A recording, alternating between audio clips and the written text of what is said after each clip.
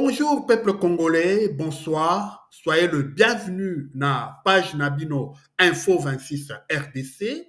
Info 26 RDC est la page Nabino ya YouTube Oyo et traitaka pe et analysaka ba information ya République démocratique du Congo. Abonnez-vous, likez, commentez, pe partagez lien Nabiso à travers ba plateforme et surtout numérique. Qu'est-ce qui se passe à Ouvira? Ouvira, aujourd'hui, c'est le chaos total. C'est une ville pas administrée. C'est une ville complètement abandonnée à elle-même. Nyonso wana toko analyser yango na kati ya manaka na biso ya lelo. Pe toko bosana mwana jambo te akozala na biso po ye akopesa biso vraiment ba information surtout oyo etali ba déplacer interne oyo bazali kuna na Uvira ndenge nini bazali ko vivre kuna na kati ya ville ya Uvira. Et comme d'habitude, tobandaka émission na biso na générique. Générique, c'est parti.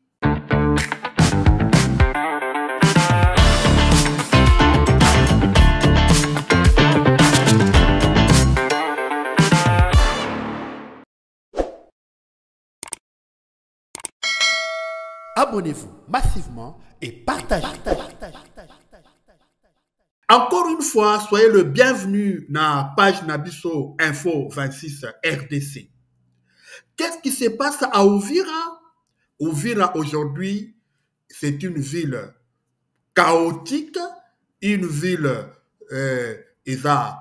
administrée, bakonzi, lokola bakonzi bazate, FRDC kunana ba wazalendo benda pika, kuna pe ba lobby ba déplacé oyo nyonso tu bakimaki babitumba na Goma, Bukavu pe na bamboka oyo nyonso tu eza na maboko ya 1-23 bango nyonso tu bakita kuna na Uvira. Alors il y a vraiment du chaos na ville ya Uvira. Yango wana tokobenga mwana jambo aya kopesa biso reportage, apesa biso ba information surtout humanitaire oyo ezali koleka kuna na kati ya ville ya Uvira bongo to pesa ba information mususu pe ba analyse na biso. Mwana jambo, à vous l'antenne.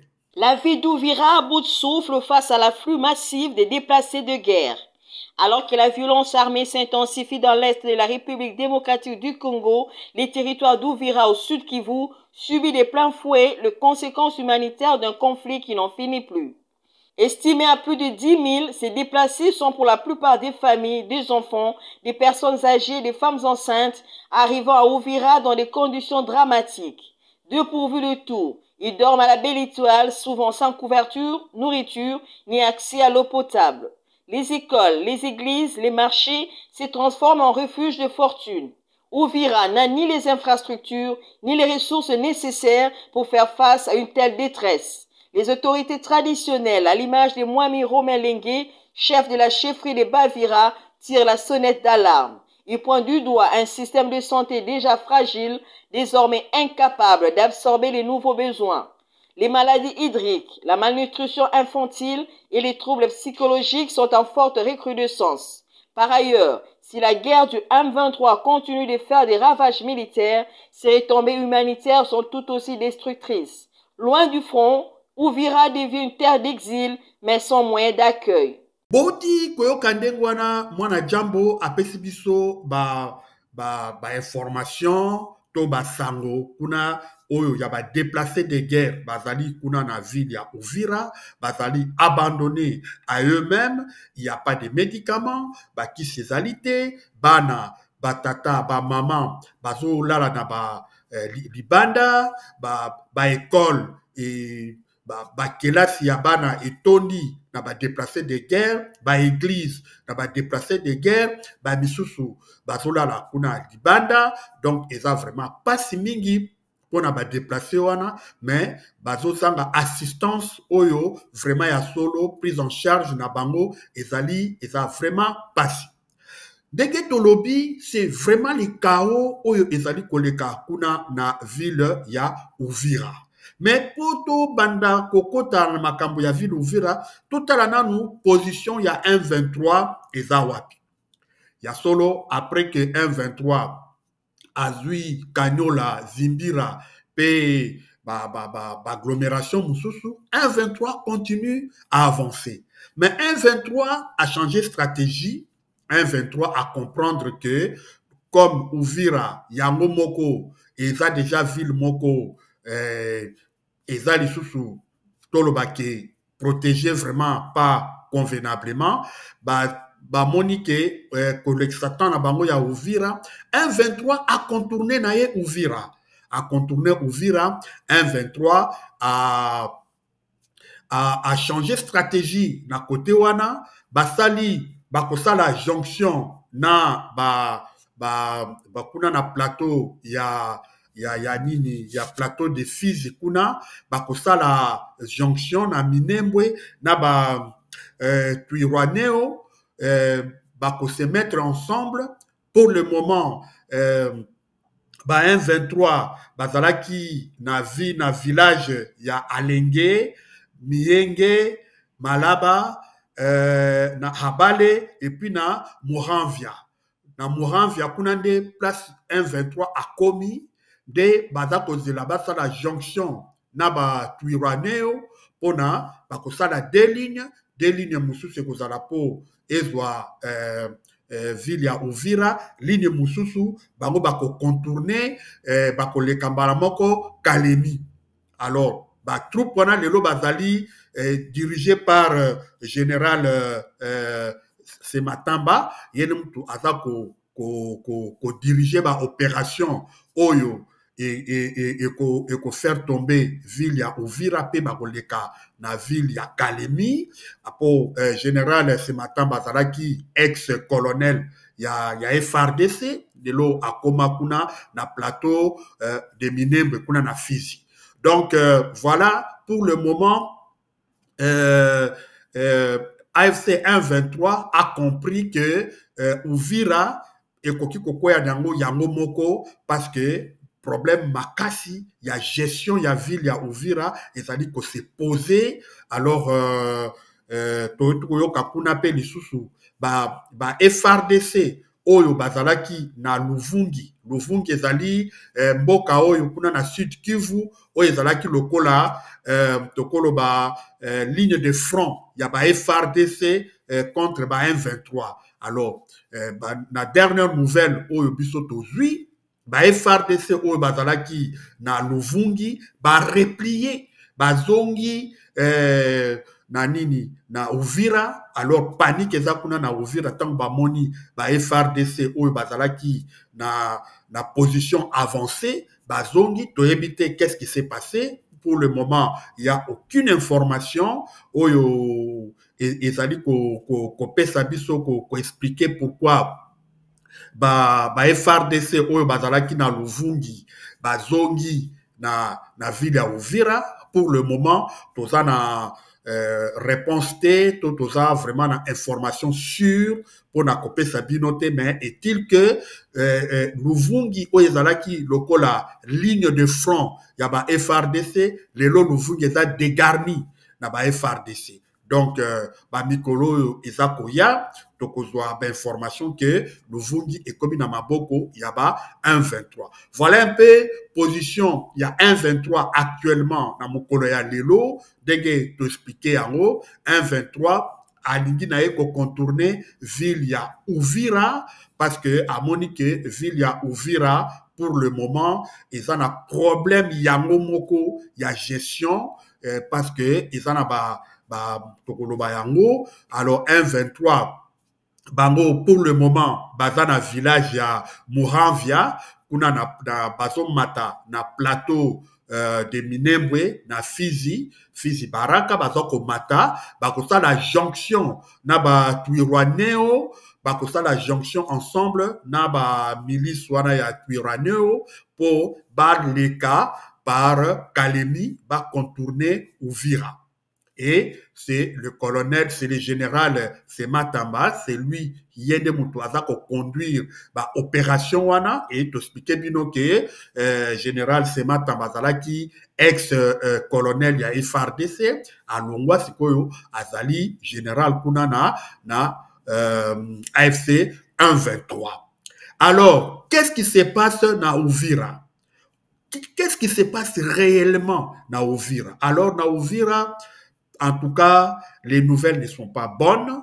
Bah, nouvelles, ils ont vraiment makasi, parce que aujourd'hui, Uvira semble une ville vraiment Far West, une ville mal gérée, autoyébité, nani mutu, azali, patron, ya ville, ya Uvira. Et bah, FRDC, déjà, dès que tu expliqué bino, oyo bazalaki na position, ya position avancée na mboka ana agglomération to cité ya Luvungi, oyo ezalaki lokola ligne de front contre bah 1-23, bango ba dégarnir cité wana, ba zongi na Uvira, alors et créer panique, et créer vraiment panique na ville ya Uvira, dès que ba moni soda ya FRDC replier na position na bango avancé oyo bazalaki wana.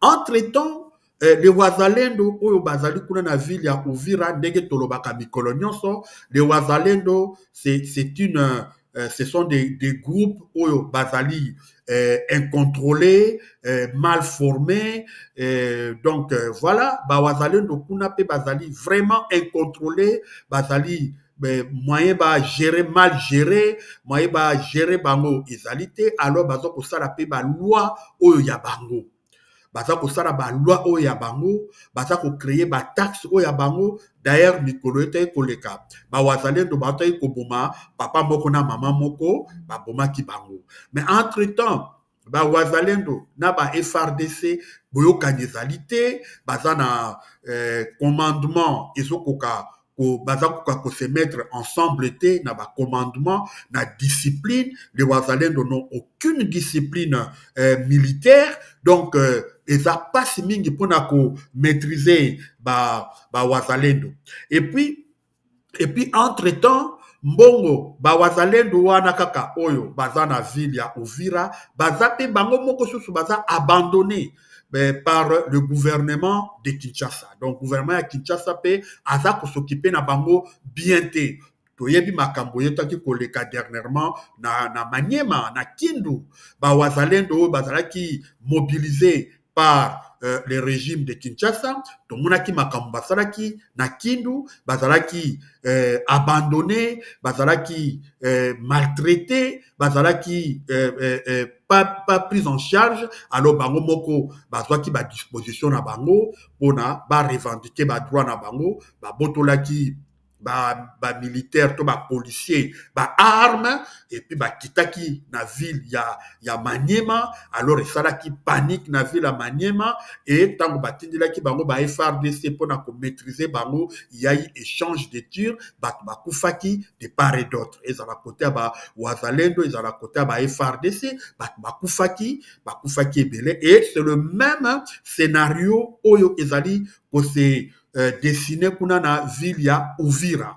Donc Wazalendo baza abandonné, mbongo na bango ezo yate, eza retenu quelque part na Kinshasa kuna, parce que photo yebake kuna na Kinshasa bato oyo baza responsable ya Wazalendo font des affaires avec le Wazalendo, bazo sala vraiment faire comme il faut na mbongo ya Wazalendo. Donc gouvernement soki abimisi mbongo ya Wazalendo, bango bazako kamata mbongo wana, bazako lia yango Wazalendo bazako zwa eloko-te. Donc problème skoyo ya makasi eza kuna na ville ya Uvira. Donc Wazalendo bazo sala vraiment la loi oyo ya bango, bazali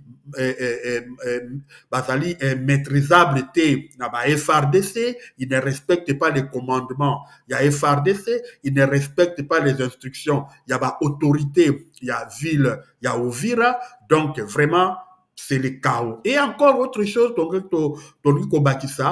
prisonnier oyo na ville na ville ya Uvira babimisaki ba prisonnier oyo bazalaki capable ya kobunda bitumba ba prisonnier babimisaki bango et esalaki susu panique parce que na kati ya ba prisonnier wana il y avait des condamnés, il y avait des criminels, il y avait des assassins. Lelo yo ville ya Uvira comme na insécurité parce que on a libéré des prisonniers. Et puis ezalaki na ba militaire, na ba soldats, na ba policiers oyo bazalaki pe na prison, ba soldats wana pe ba libéré bango pour baya kosala renfort na ba troupe ya FRDC. Mais pour le moment ba soldats wana pe kuna basango eza kitoko te, basango eza mabe parce que ba soldats wana pe depuis ba libéraki bango de la prison nanu ba doté bango eloko te, ni tenue ni troupe ni nini tubaka nini kukotinda bango na ba unité. Pour le moment basoda ngo bayebi bakosala nini, bakokende wapi. Donc nanu batindi bango na ba troupe te po bayeba ndenge nini bakozwa bango en charge. Wana pe sous ça problème parce que tu vois bauti na prison sans prise en charge, alors bakomi danger pour la population. Donc problème sous toi na ville ya Uvira. Et puis population il y a ville ya Uvira baza ko kamwa vraiment babi mais comment ba autorité na biso to ba commandant il y a FRDC ou bazali ko commander FRDC na Uvira, c'est comme si bazo c'est la 1-23 et y la bango alors que bayebi qu'il faut bango ba contre-attaquer mais bango baza dans les défensives au lieu ba attaquer ba contre-attaquer ba kende vers la menace mais bango ba vandi bazo c'est la 1-23 et ya ko kuta bango kuna na Uvira to ti ko yebisa bino tout de suite que position avancée ya ba FRDC oyo ezalaki na Luvungi na cité ya Luvungi oyo ezalaki lokola ya lokola ligne de front avancée contre les F23 basoda wana ba dégarnir position na bango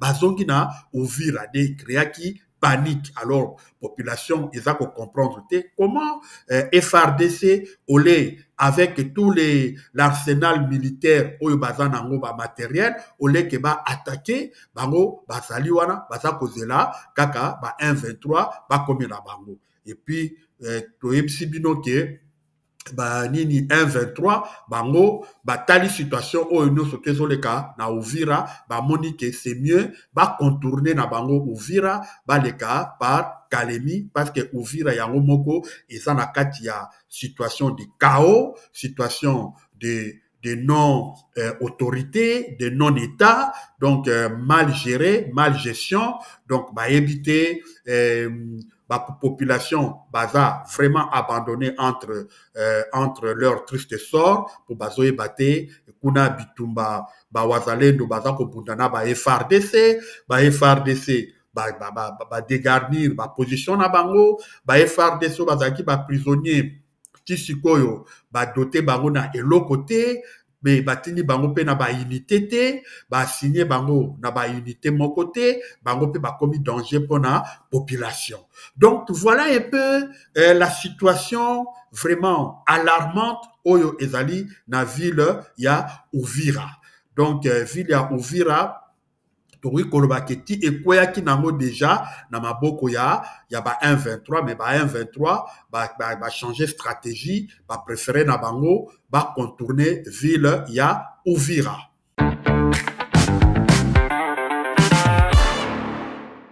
Matondi mingi na ndenge bozalaki ebele ya kolanda ba info oyo tomemelaki bino mukolo ya lelo tokosenga na bino comme d'habitude.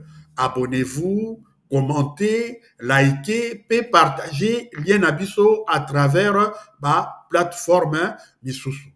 Pe tokozongi la bino balasima komeme la bino ba info ya makambo ezoleka na mboka na biso République démocratique du Congo. Boboto o mabota mabino be nde tokutani balasima. Ciao.